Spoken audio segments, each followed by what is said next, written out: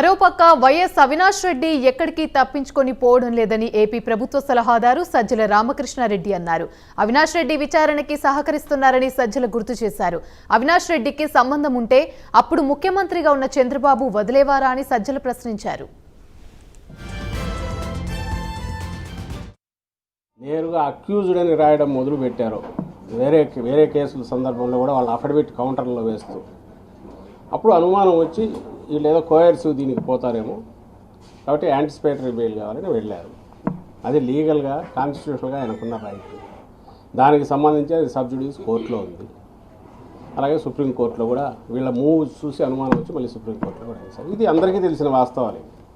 నా పాయింట్ ఒకటే, 5-6 సార్లు వెళ్ళినవాడు మళ్ళీ వెళ్ళడానికి ఎందుకు అవుతాడు? రేపైనా వెళ్తాడు, వెళ్ళక తప్పదు కదా. సిబిఐ పిలిచినాక, ఇన్వెస్టిగేటివ్ ఏజెన్సీ పిలిచాక ఈ రోజు కాబట్టి రేపైనా వెళ్తాడు, వాళ్ళ క్వశ్చన్స్కి ఆన్సర్ ఇస్తాడు.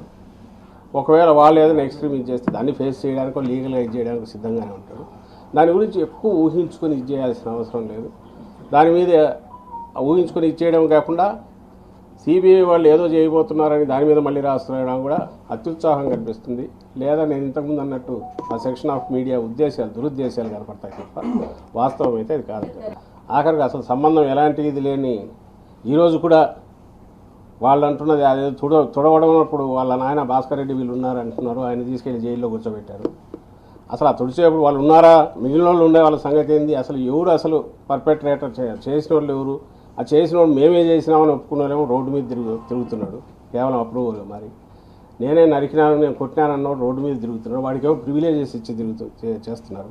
ఇక్కడేమో ఒక ఎలక్టెడ్ ఎంపీ ఇంత ఇదిగా ఉండి కోఆపరేట్ చేస్తుంటే ఇతన్ని విచారణ చేస్తున్నారు. మీ మీడియా కూడా వెంటబడుతున్నారు. నాకు అర్థం కాల. ఆయన వెంబడి పడి ఆయన ఉన్నట్టుండి ఎక్కడో సర్ఫేస్ అండర్ గ్రౌండ్ నుంచి వచ్చిన వ్యక్తి లేక సడన్గా ఎక్కడ నుంచి ఇదైనాడా? సొసైటీలో రెస్పెక్టబుల్ పొజిషన్లో ఉండేవాడు. రీజన్ కూడా చెప్పిపోతున్నాడు తెలుసు బయటికి.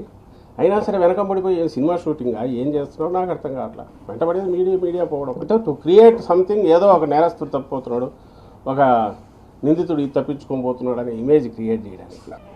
నేరుగా అక్యూజ్డ్ అని రాయడం